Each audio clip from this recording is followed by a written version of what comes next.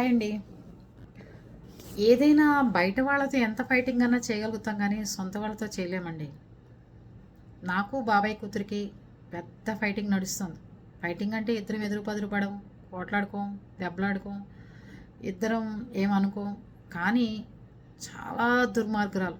అసలు అన్నీ మనకి సినిమాలో చూపిస్తుంటారే ఆడ విలన్స్, ఆ టైప్ అది. ఆస్తులు అంటే మా నాన్నగారు వాళ్ళకి ఉన్నాయి కానీ మనకి లేవు. తమ్ముళ్ళు ఇద్దరు.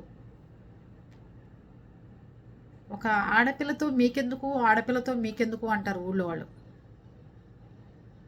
వీళ్ళు ఏదన్నా అది అలా చేస్తుంది ఇలా చేస్తుందని చెప్తే అది చెస్ బోర్డ్లో ఎంత గేమ్ ప్లే చేస్తుందంటే అంత దారుణంగా గేమ్ ఆడుతూ మొదలు చేస్తుంటుంది. అన్ని దుర్మార్గమైన ఆలోచనలు.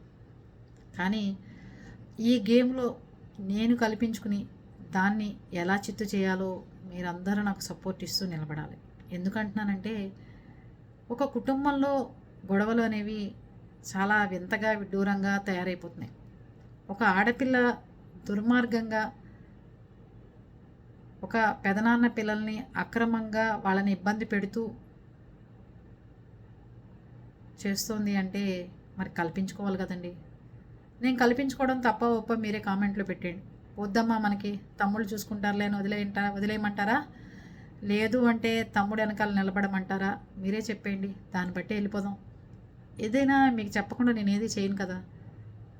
బాబాయ్ కూతురు చేసేది కరెక్ట్ అయిన పనులు కాదు అని ఎలా చెప్తాను అంటే, ఎనపెట్లో ఉన్న పొలం పేపర్లు దొబ్బుకెళ్ళిపోతుంది, ఇంట్లో ఉన్న కాగితాలు తీసుకెళ్ళిపోతారు, దస్తావేజులు కొట్టేస్తారు.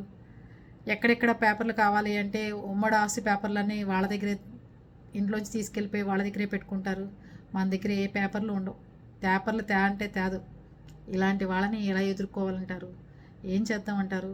ఇవన్నీ చేతకాకపోవడం కాదు, ఎదురు వాళ్ళని నమ్మటం వల్ల మోసపోవడం. అది అర్థం చేసుకోండి. కామెంట్లోకి వచ్చేసి నేను దీని వెనకాల నిలబడినా వద్దా అని చెప్పేస్తే మన యూట్యూబ్ మనం చేసేసుకుందాం గొడవలకు వెళ్ళకుండా. ఏమంటారు?